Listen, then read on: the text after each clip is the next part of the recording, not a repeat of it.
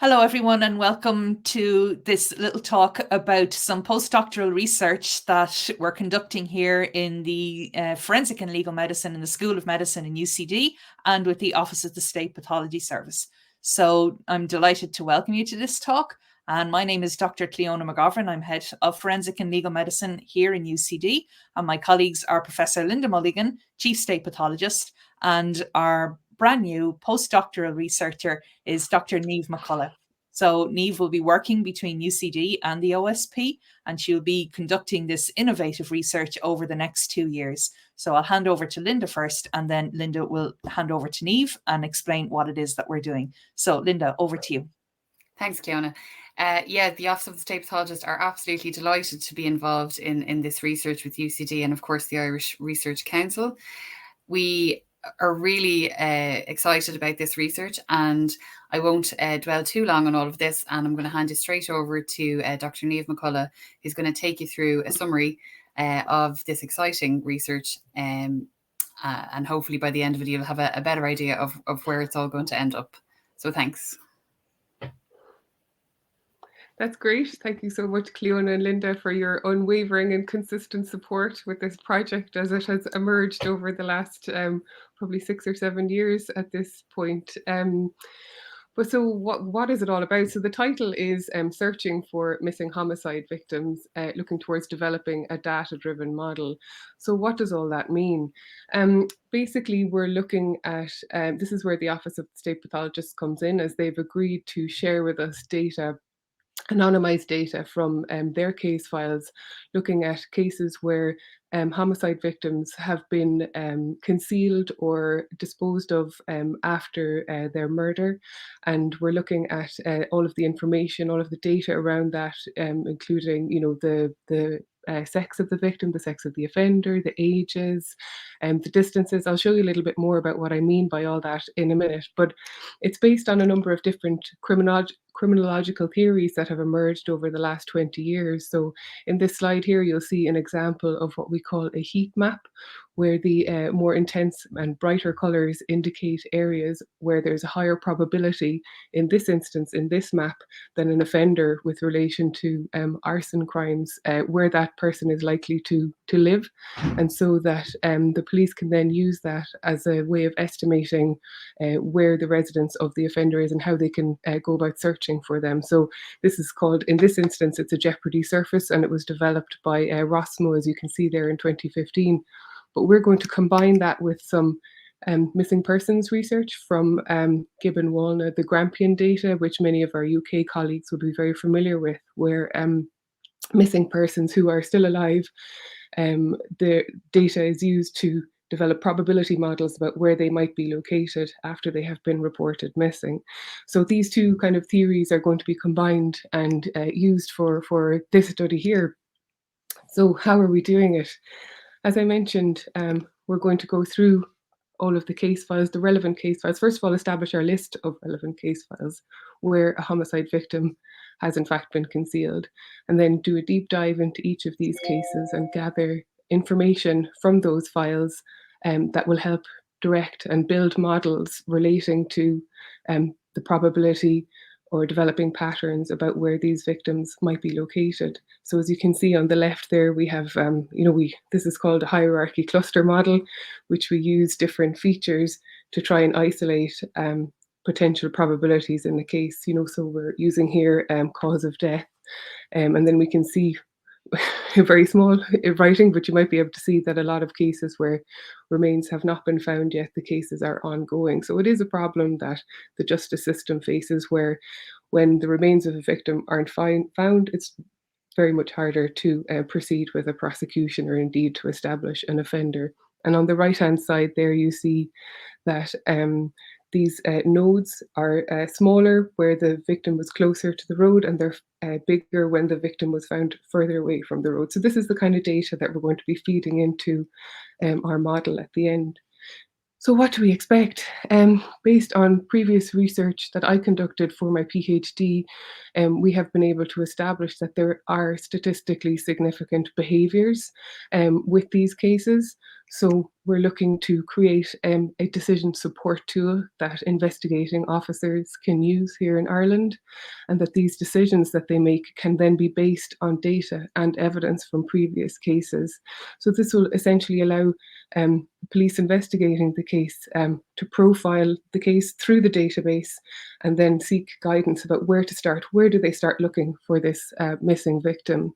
And what we also hope to do with this is establish some search protocols that can be obviously shared with the Gardaí, as these are the people who will be using these tools. They're going to be the end users, so it's directed towards that. But what we do know, as I mentioned, that previous research illustrates some statistical significance. So I'm going to give you an example here of female victims and how the patterns that were established for my PhD research. This image here illustrates a probability model, much like you saw the one from the Grampian data, where we can see that 88%, which is an extremely high figure, and this was proved to be statistically significant in the research, that 88% of female victims are found to have been disposed of within 100 meters of a road. So this is a very quick and easy tool that can be used to then proceed with a search for a person when it's believed they're a missing homicide victim. So it's something that investigators can, respond to very quickly and hopefully progress their case at that moment. So that's it in a nutshell. I mean, that's absolutely fantastic. Even that preliminary data from your PhD research that shows, that even gives that guidance that homicide victims are found very close to an access road is huge. And the fact that, we now have this opportunity with the postdoctoral research to add to that data, to consolidate it, and to hopefully get more statistically significant guidelines and protocols to help the Gardaí search for potential homicide victims. It's incredible, and it's going to be incredible for the families of the missing people. Isn't that right? Mm-hmm. Absolutely. Yeah.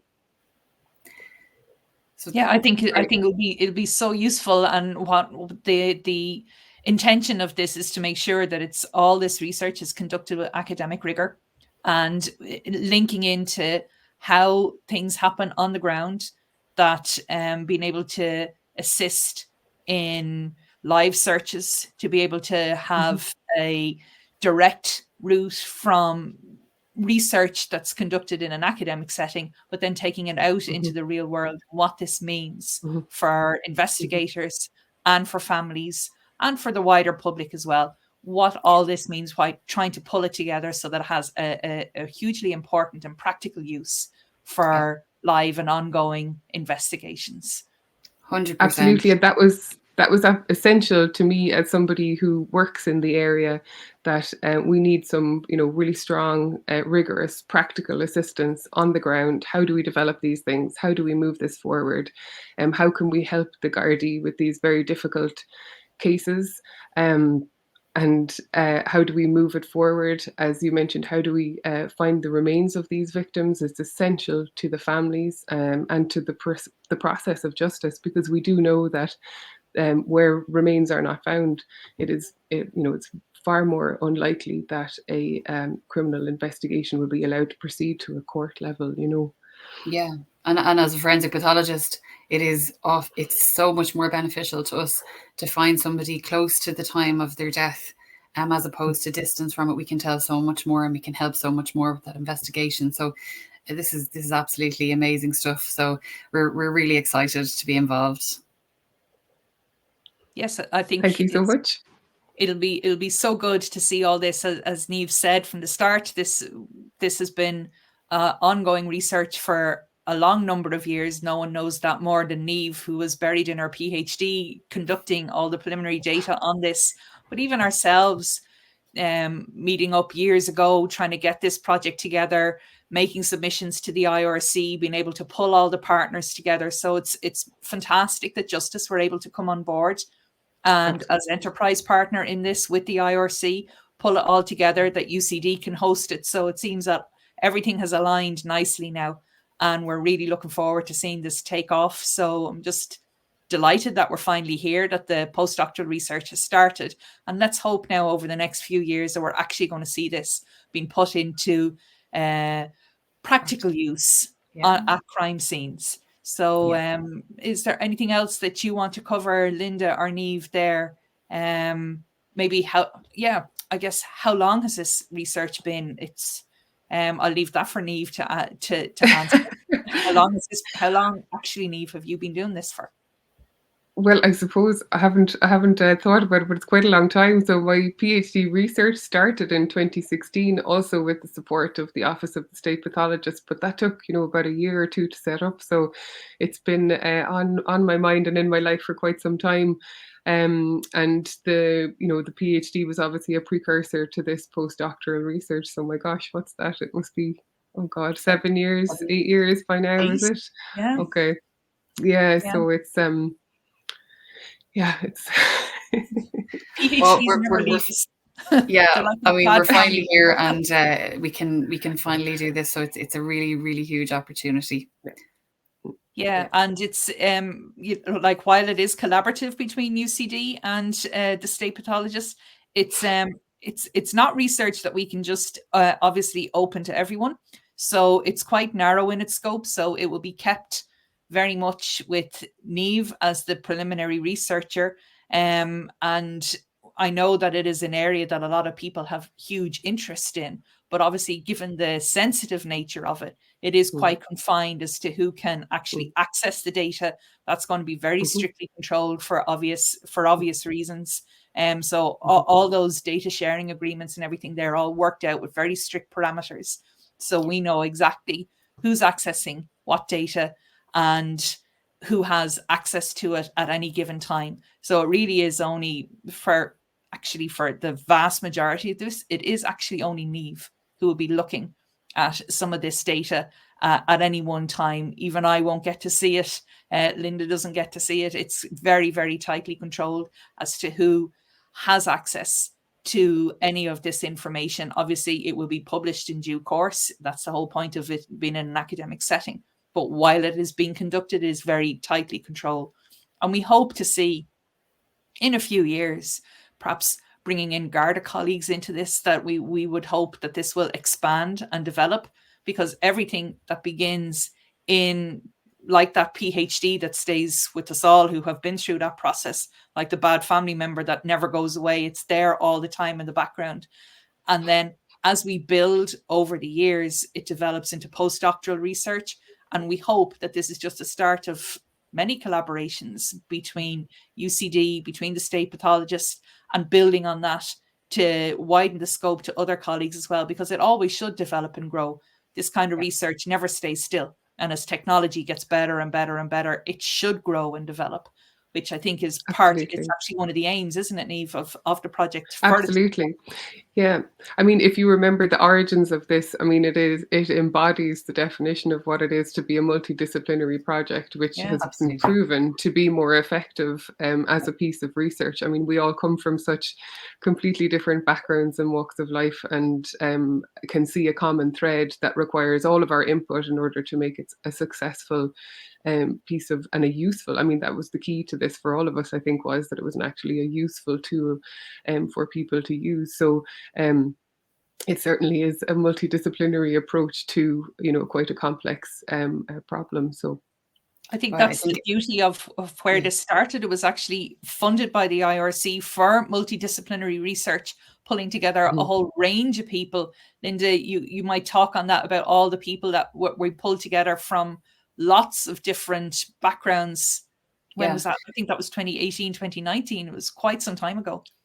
Yeah, I mean, 2019, yeah. And it's exactly as Niamh had said, people who work in the hospital setting or healthcare setting would be very used to the term multidisciplinary team. But what that actually means is it's a team of professionals and people who have each got their own individual skill set, coming together with that common goal. And in this case, the common goal is to identify and find this homicide victim and collect as much evidence as you possibly can to determine if and who the perpetrator, if there is a perpetrator, and who that perpetrator is, and eventually get a prosecution for the family of the deceased. And I mean, that in itself involves, scenes of crime Gardaí, forensic scientists, roadside mappers. investigating Gardaí and senior investigating officers, the forensic pathologist, the forensic archaeologist, of course, sometimes a forensic anthropologist, and a whole host of people who work in the mortuary setting and in bereavement settings. So this has a much wider application than just simply being able to locate faster and more efficiently a homicide victim. It allows all of those people on that multidisciplinary team to do their job faster, more efficiently and more comprehensively. And I think that fundamentally is a massive help to everybody involved in these cases, and also the potential then to apply them to cold cases, which is again another vital part of where the direction we're going in with this research. So it's amazing. I have to just say as well, because I think so much credit is due to yourself, Linda, and Cleona for recognising that this was a project worth pursuing and that you were willing to be involved in, because both of your involvement has really given it a boost, obviously, in terms of the interest and the funding that it has received. So thank you sincerely for that opportunity. Yeah, and we're very excited and looking forward to working together. So it's great. Yeah. It's great. Thank you all very much. I hope you enjoyed what we had to say there. As you've heard, the implications of this research, we really are looking forward to it and seeing where this is going to take all these investigations over the next few years in Ireland and internationally as well. So my thanks to Niamh, to Linda, to Justice, to School of Medicine here in UCD, and to the funders in the IRC for enabling this to get off the ground. And hopefully we might even be able to touch base with everybody out there as this research on goes over the next few years. So thank you all very much. Thank you. Thank you.